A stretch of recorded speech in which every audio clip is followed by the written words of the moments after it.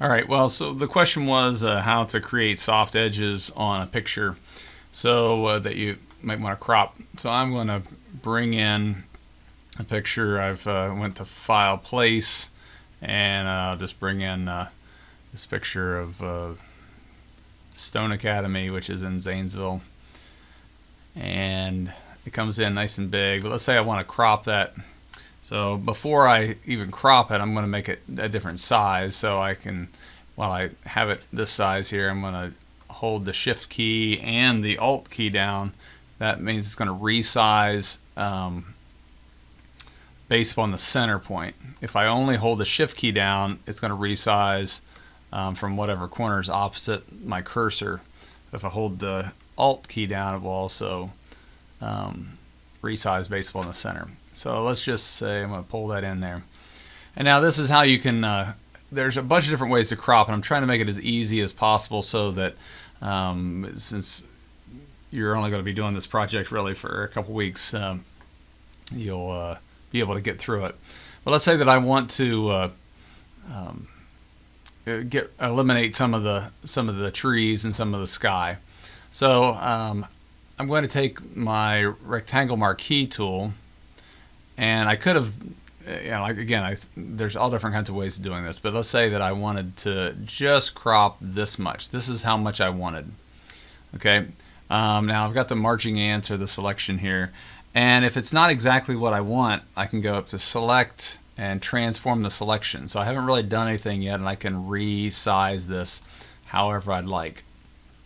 Now I can hit the check mark, and if we look up here in the feather, the feather is at 0. So that's going to produce a hard edge. So let's say that I want to get rid of all this. There's one way, and if you want to dig a little deeper and you want to figure out what masks are, all I can do is just click on this button right here, this little white square with a black circle, and hit mask. And what it does is it's just like a real mask. It covers up your face, but it doesn't eliminate it. So everything is still here.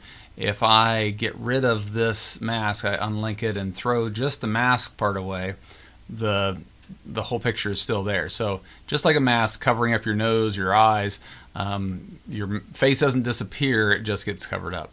So let's say I'm going to do that again, and I maybe want to mess with it a little bit, so I get transform selection and modify it just a bit, and then hitting the mask button is probably the simplest way, and it just covers it up. Now I can move that as long as I have that link.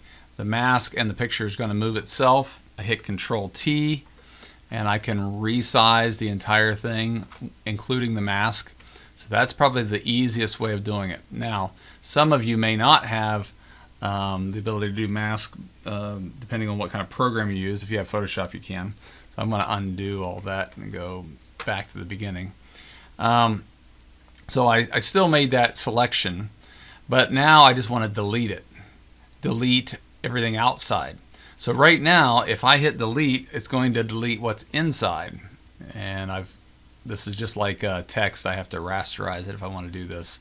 Anything other than the mask. So I can rasterize it, then I can hit delete, and it deletes the inside. So I don't want to do that. I want to delete everything on the outside. So if I go to select and inverse the selection, that means I'm selecting everything opposite of that.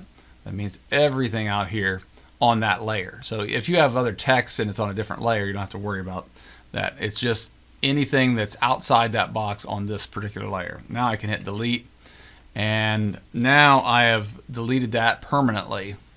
I can undo it right now, but it's not like a mask where I can just throw away the mask and I bring that back. So I can undo that right now, but tomorrow I probably can't because my history will be eliminated as soon as I save it. So that's one way. Now I'm going to undo that again. And we had a question about how to make it feathered on the outside. So you can do that a couple of different ways as well. So I'm going to go again and select what I want to select. And let's say that's exactly what I want.